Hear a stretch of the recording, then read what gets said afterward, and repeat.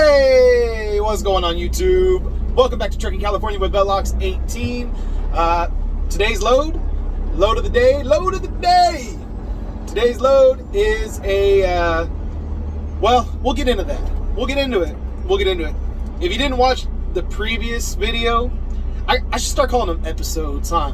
If you didn't watch the previous episode, then you're going to want to watch that because you got a sneak peek at what this video is about. Or maybe you don't want to do that. You just shut up and tell me what this one's about. All right, I will. But first, we got to roll the music.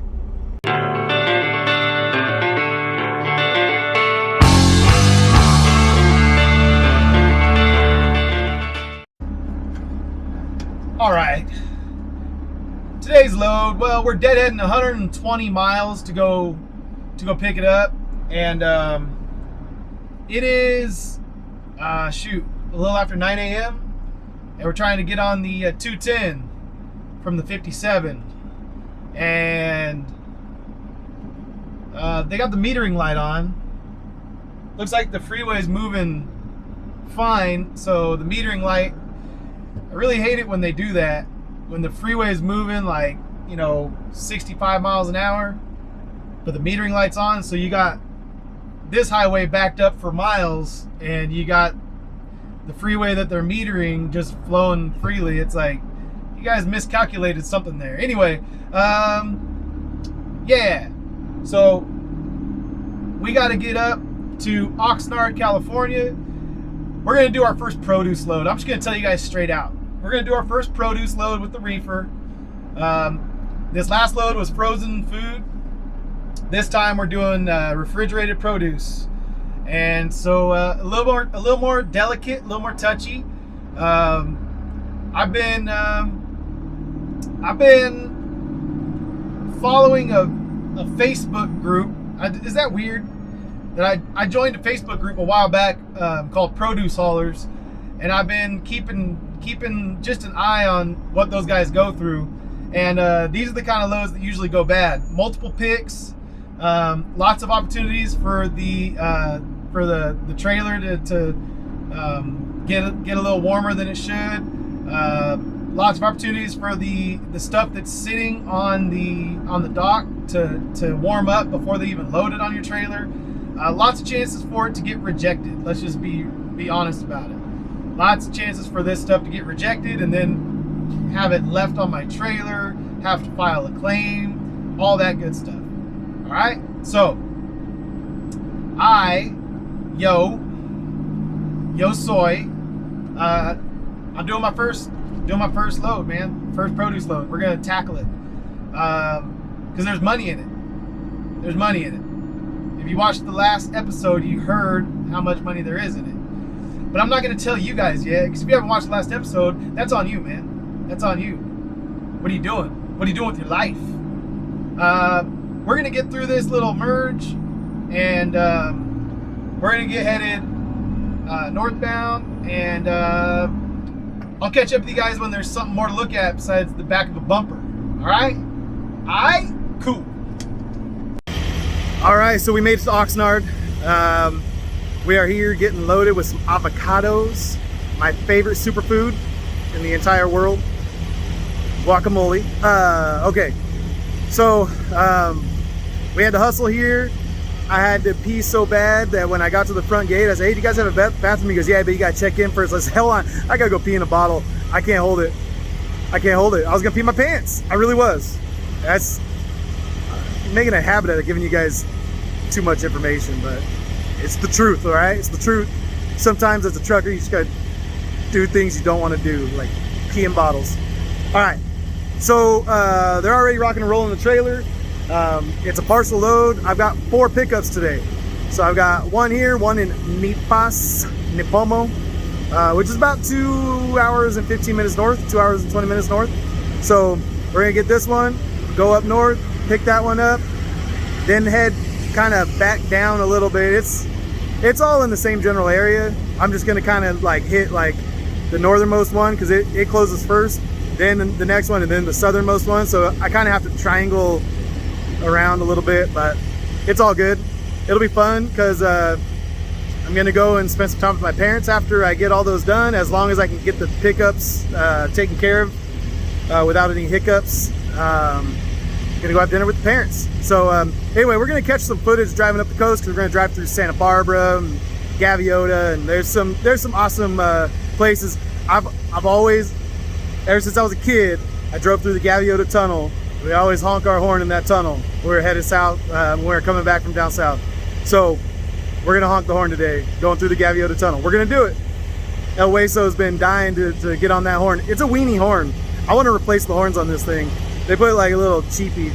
I want to get a nice one. I don't want a train horn. I want like a regular big gutsy truck horn. But anyway, so we gotta hit the horn going through the Gaviota tunnel, and then yeah, we'll get some coastline views. I might shift the GoPro a little sideways or something, figure something out. Oh yeah, that reminds me, I gotta wash the windshield before they get done loading me. So all right, I got a lot to do. I can't talk to you guys all day. I gotta go. See ya. All right, I want to take you guys on a little trip down memory lane. So I'm in Ventura right now, and man, I spent 3 years in Ventura. Yeah, but it was one of those places where it instantly felt like home, and you know, it was rad. It was rad. So this exit right here is called Seaward. This is where In-N-Out is. So this is the highlight of this exit. Oh man, I would always want In-N-Out. Every time you drive by an In-N-Out, you can smell it. I'm gonna see if I can smell it right now. I'll smell it for you guys, okay? I'll smell it for you. I'll let you know if it smells delicious.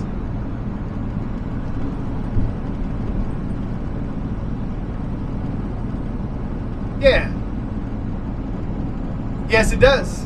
It smells delicious, just so you guys know. In-N-Out is still undefeated at a rousing appetite through aroma. Okay, so yeah, we lived in Ventura from, shoot, I'm gonna mess up the years, but I think 2012 to 2015, something along those lines. And we had kind of hop, skipped, and jumped our way down the coast, so we're gonna go in reverse order. But yeah, this was our home for about 3 years, and up over here, so this is kind of getting towards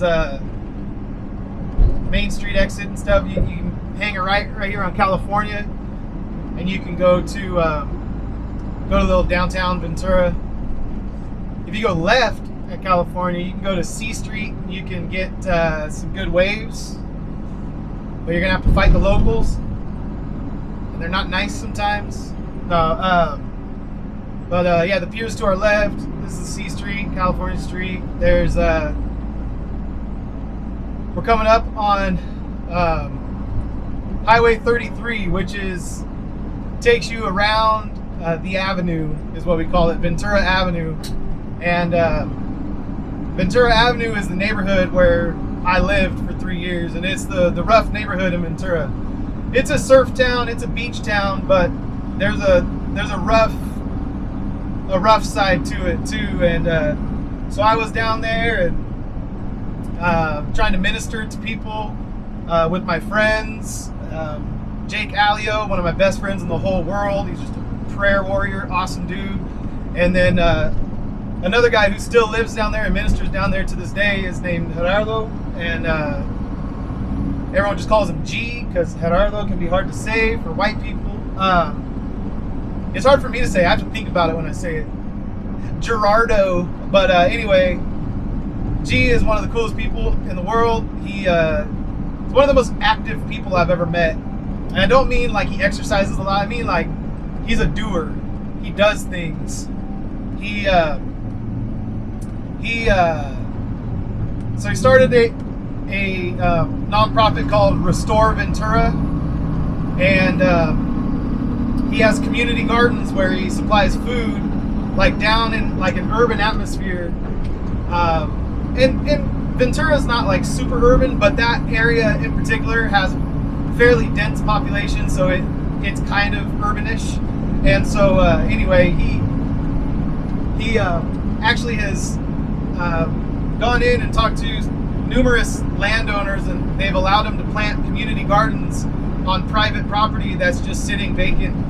And so he has a number of gardens, one main garden now, but in the past there was multiple gardens, and he was just growing food for the community. And then he started the Kids Garden Brigade as a outreach to the youth to teach them about urban farming and kind of sustainable lifestyle. You can grow your own food, you can live off of the land even in an urban setting. So he did that, and then man, the ocean, the little mist, the haze is out there today, but it's still the ocean, man. I miss it.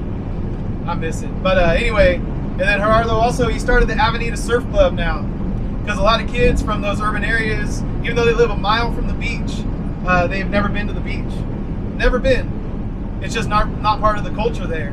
So he got a big van, and he takes groups of kids down to the beach, and he teaches them to surf. And so anyway, check those out on Instagram, Avenida Surf Club, Restore Ventura. Gerardo Gallegos, he's one of the coolest people in the world. If you guys went and showered him with love, just comments of appreciation for him, that would bless me, that would bless him, I'm sure. So anyway, he's rad.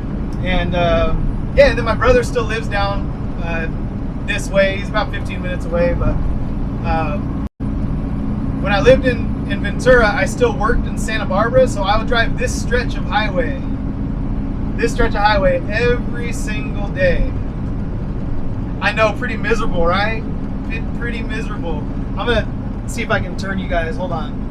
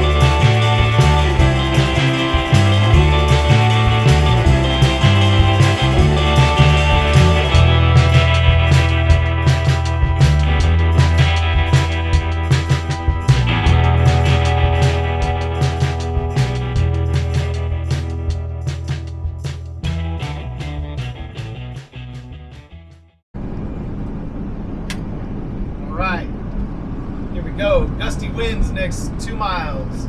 Winds whip through this little canyon, pretty gnarly.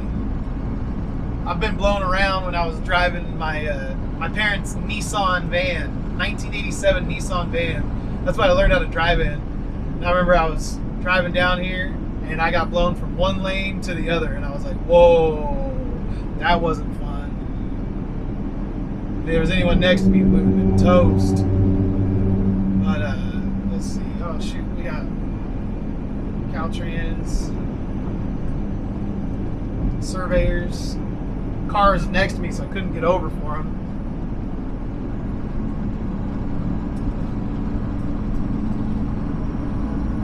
Cars have a habit here. When they see something on the shoulder, they just hang out next to the truck that's in the right lane. And it's like, it's actually better if you speed up. But they slow down, like thinking, oh, I'm going to be safe. I'm going to slow down. But, alright, you guys ready for this? Are you guys ready for this? Because 12-year-old Nick is ready for this. I've been ready for this my whole life.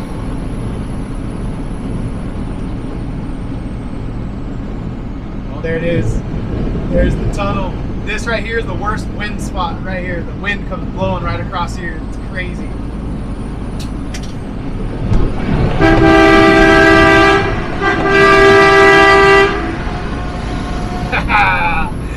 Yeah! I wanted to do that my whole life. It's amazing. That was fun. Alright. We got about 50 miles to go, so about an hour. And yeah, let's get up there and get get it done, get it loaded up so I can have some Rancho Viejo Mexican food with my parents. That's on the menu tonight. And if you don't know, now you know. Alright? If you're ever in Napomo, check out Rancho Viejo. It's my spot. Get a, shoot, what is it? Viejo burrito? Something like that. It's bomb. It is the bomb. Alright, let's get up there. Alright, we are out here on Highway 1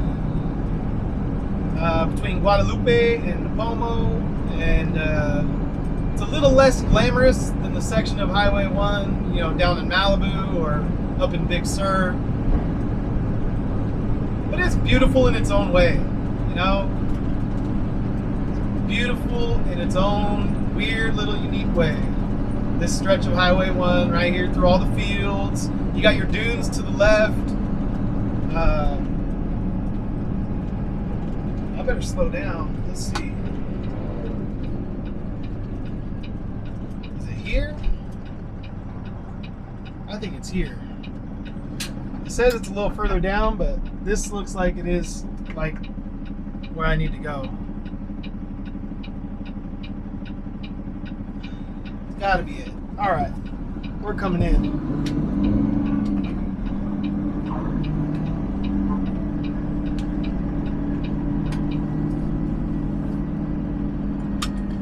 I have no idea where I'm going. Shipping office.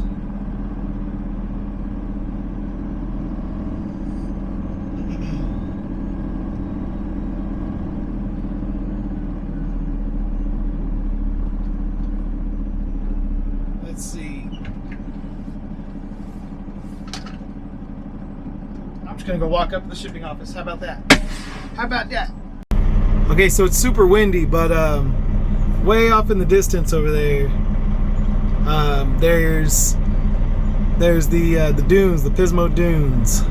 So the dunes run from Pismo Beach all the way to Guadalupe and past Guadalupe over here, but they cut off access halfway to preserve wildlife. So the snowy plover.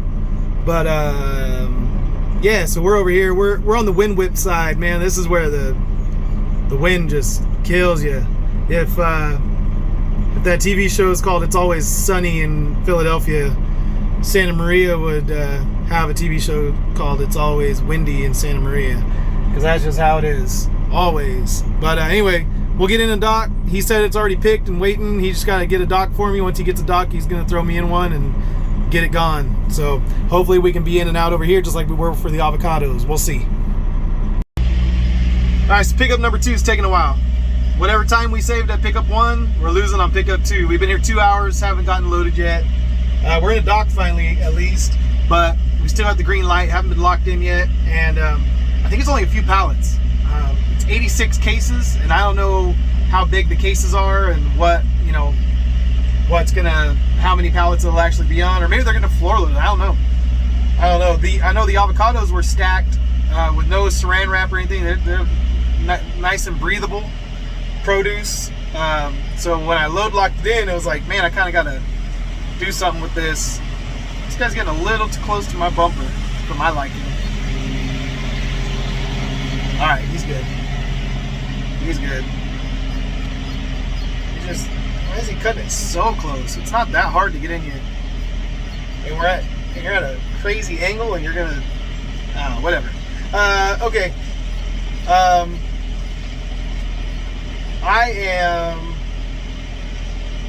I'm gonna just skip the complaining part and the whining, and just say, okay, all of you guys who said that I wasn't gonna like, you know, Reefer because of all the wait time. Okay, you're right. I don't like wait time. But hey, it's paying pretty good. It's paying way better than any power only load I could have got. So, you know, we'll deal with it. And who knows, maybe we'll start hitting some detention here pretty quick. I don't know. We'll see.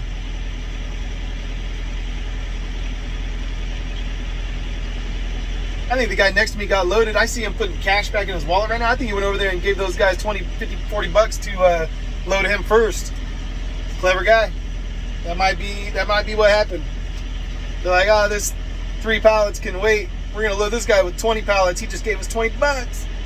But I don't know. Anyway, all right, talk to you guys in a little bit when we get to the next shipper. Man, I'm scruffy.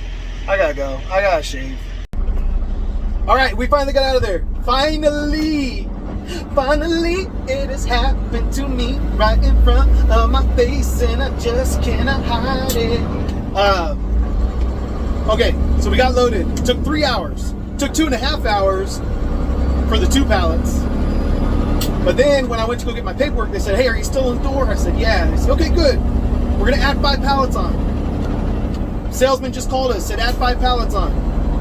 I'm like, okay, my rate con says, 86 cases, 2 pallets. So where does that leave me in this equation? So then I was like, okay, I gotta call TQL. So I called TQL and just say, hey, number one, my rate con doesn't say this, so I need to verify with you guys that it's even possible. But also number 2, I gotta make sure that I'm not gonna, put too many pallets on and bump something off the back of the truck, like the last pickup. And they just said, hey, just put it on the truck and we'll worry about that if it happens. And I'm like, okay. So I'm a little perturbed that it took 2.5 hours to put 2 pallets on, but at the same time, I am just glad to be out of there, man. Just happy to be out of there. I'm driving on the back roads in Santa Maria, trying to get to my next pickup. So it's 6 o'clock. I got to get to this place and get loaded by 7 because they stop loading at 7, and then the next place stops loading at 8. So if they're quick like the first pick, we'll be good. If they're slow like that one, we're gonna be bad. And we might end up having to spend the night over here somewhere or do something crazy. I don't know. So we'll see. We'll see. But let's get over here and find out. We'll see what happens. All right. So first venture into produce is likely not gonna go well. Not gonna end well. So you look at over here, you look at the docks, they're full. There's more trucks over off to our left, and basically I have an hour to get a dock, get loaded with the partial load that I need to get loaded with, get my paperwork, and get 3.5 miles away to the next shipper in order to be able to leave here tonight and not be stuck. But chances are I'm going to be stuck here until tomorrow. So changes the plans quite a bit. I don't know what the hours of the receiver are. TQL decided not to give me those, so I'm gonna have to figure that out on my own, call them, find out if I'm gonna be able to make it in time tomorrow. It's 400 and something miles away to the receiver, so by the time I get loaded over here in Santa Maria in the morning with the last bit of my load, which may not even all fit depending on what happens, this is fun, guys. This is fun. This is fun. So much fun. All right, so now we've been here for 2 hours and still not loaded. So this is only pick number 3. We still got pick number 4, and we're gonna have to hit that one in the morning. Either that or just roll it like this, but I have a feeling they're not gonna want that. So we'll see if we can get paid a little something for staying the night, but I don't know. Probably not, but we'll try. So I'm probably gonna spend the night out here at one of these warehouses, just tuck in. My parents are bringing me a burrito though. I'm excited for it. I'm excited. All right. This is gonna be the last one of the night. All right. Yeah. All right, hey, good morning everybody. We are 3/4 loaded and the trailer's not even half full. But we got to 3 of our 4 picks. We didn't make it to our last pick last night. If we would have done them in a different order than what TQL had informed me I needed to. TQL gave me the the dispatch in an order according to the operating times of the shippers and whatever other reason they may have. It's a one drop, so it's not like I have to pick it in a certain order and then drop it in a certain order. It's all going to the same place, so I could have put it on the truck in any order. But anyway, the fourth pick was a hard 8 o'clock. If you're not checked in by 8 o'clock, you don't get loaded. This place that I checked in at 6, they didn't get me loaded until 9, and then they said, oh yeah, you could have gotten here at like 9 o'clock, maybe even 10 o'clock. I saw a truck roll in here at 9:45 and he got loaded. Now I don't know, maybe he was bringing stuff in, so maybe it's different than, you know, taking loads out. But I only got 5 pallets here, so, you know, I feel like they would have probably loaded me. But the other guy, I called him when I knew I was going to be late here, and I asked him if I could get loaded late, and he was like, nah man, you gotta be checked in by 8 o'clock. It's a hard cutoff. I was like, all right. So I went ahead and just stayed right here at Cal Giant Strawberries right here, California Giant Strawberries. When I asked him, you know, about what time they close and stuff, I said, hey, do you guys lock up these gates at night? He's like, nope. I was like, hey, do you guys mind if I? And he's like, nope, go ahead, we won't mess with you. I was like, cool. So I'm loving this overcast. It's like 52 degrees right now, nice and brisk.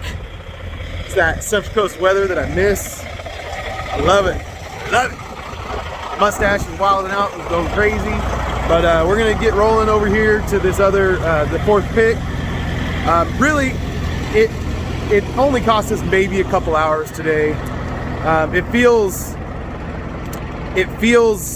like it's worse because it's like, oh my gosh, we have to be here like another day in Santa Maria. But really, I would have gotten loaded, you know, last night. I would have had like 2 hours to drive basically on an 8-2 split, and so I would have had to drive a little bit, take 8 hours off. I'd be getting started probably at like 8 o'clock this morning, but like 2 hours down the road. Instead, I'm gonna be getting my last load over here at 8 o'clock, my last pick. So I mean, maybe 3 hours. So I'm 3 hours behind where I would have been. It's really not like that big of a deal. Kind of sucks, but hey man, I chose the Reefer game. No. The Reefer game chose me. All right, let's get over there and get this last pick. All right, so we're here.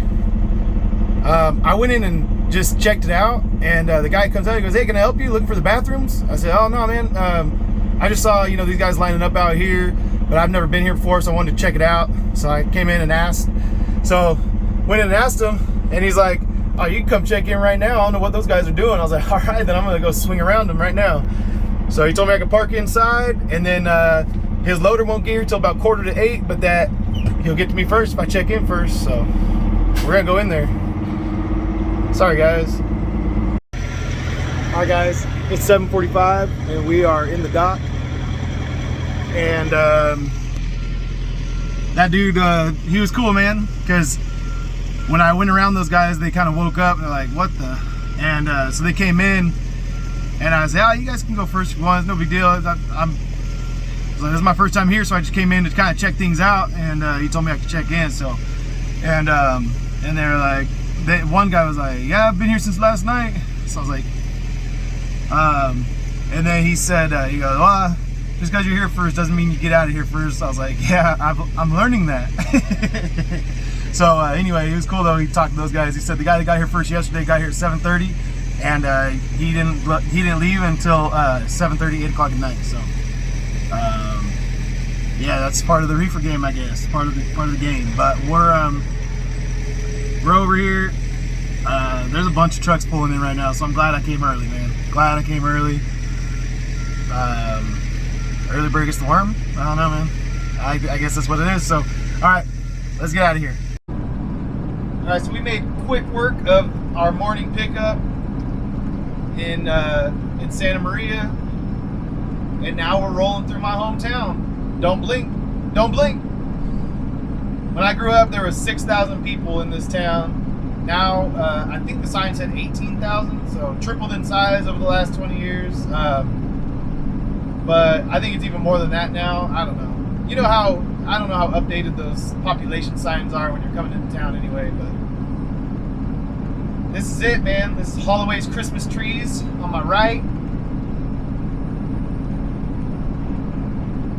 cut down your own Christmas tree farm. Boom. Always fun. This isn't the best view of Nipomo when you're rolling on the 101. A lot of other cooler areas than this, but you know, this is what it is. You don't know how big of a deal it was when we got this McDonald's Chevron combo. All of a sudden we had a McDonald's in town. It was crazy. Oh man. And when Bonds came in, Safeway, man, all of a sudden we had a real grocery store. We used to have to drive, 15 minutes to Santa Maria or to 15 minutes to Arroyo Grande to go grocery shopping.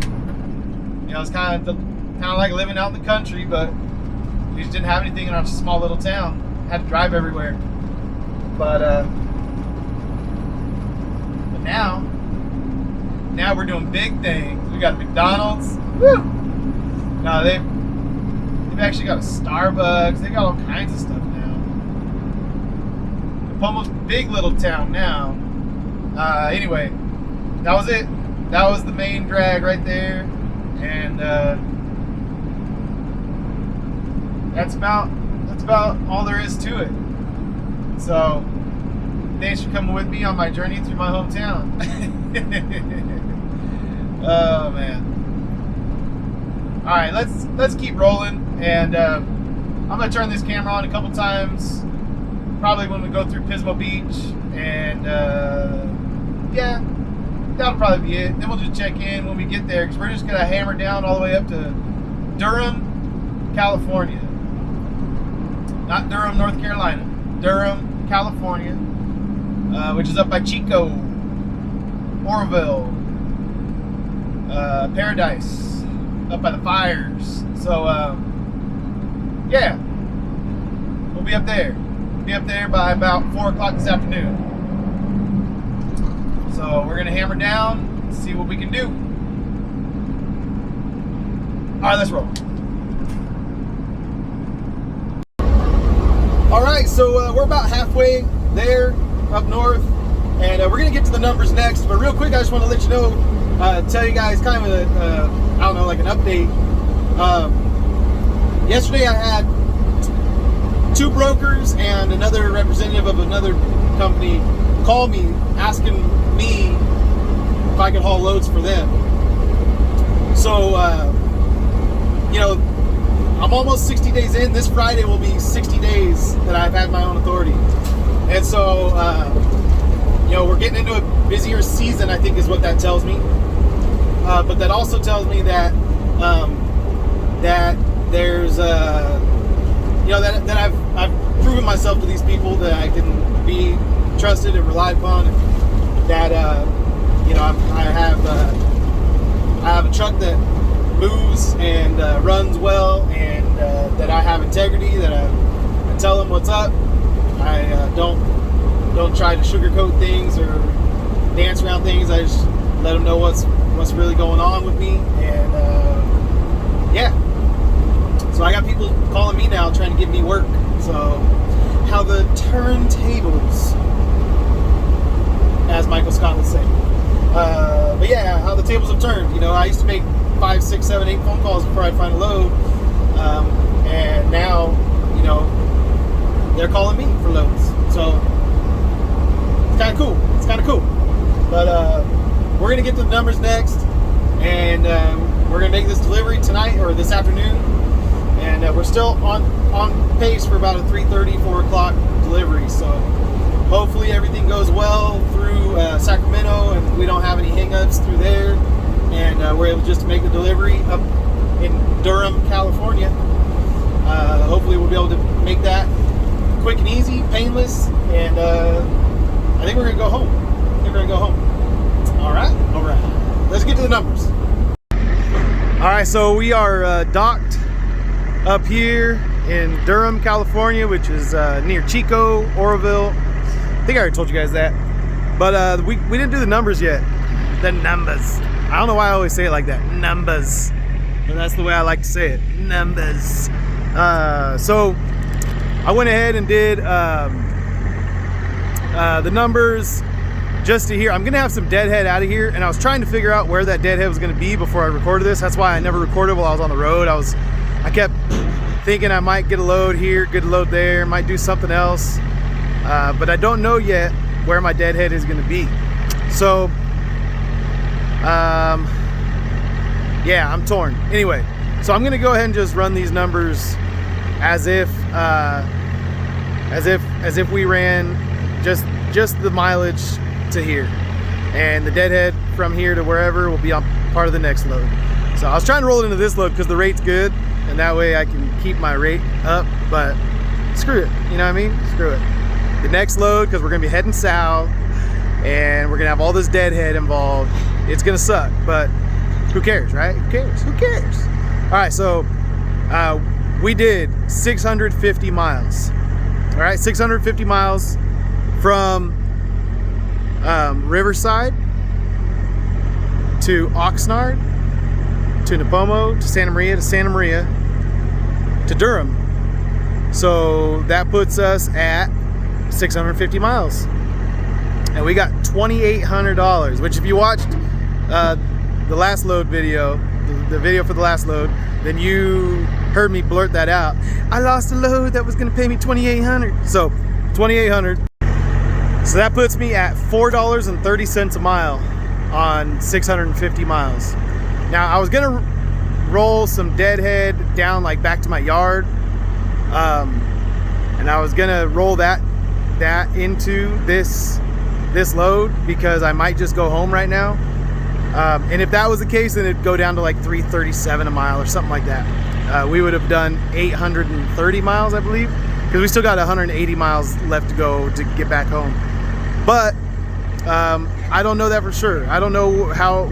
There's a couple loads that I'm thinking about doing, and then I'm trying to save some hours for some loads that I'm looking at this weekend. And so yeah, trying to figure it all out. But I think I might just deadhead home tonight. So just say 330 something a mile. How about that? Why don't we just do that? Stick to that one. 330 something a mile, and that's that. So there's someone driving up, so I can't get my good angle of El Hueso, and so I'm gonna bounce out because they're gonna be looking at me recording and think I'm a weirdo. That's okay. Everyone thinks I'm a weirdo. All right. Love you guys. Peace out. See you guys on the next load.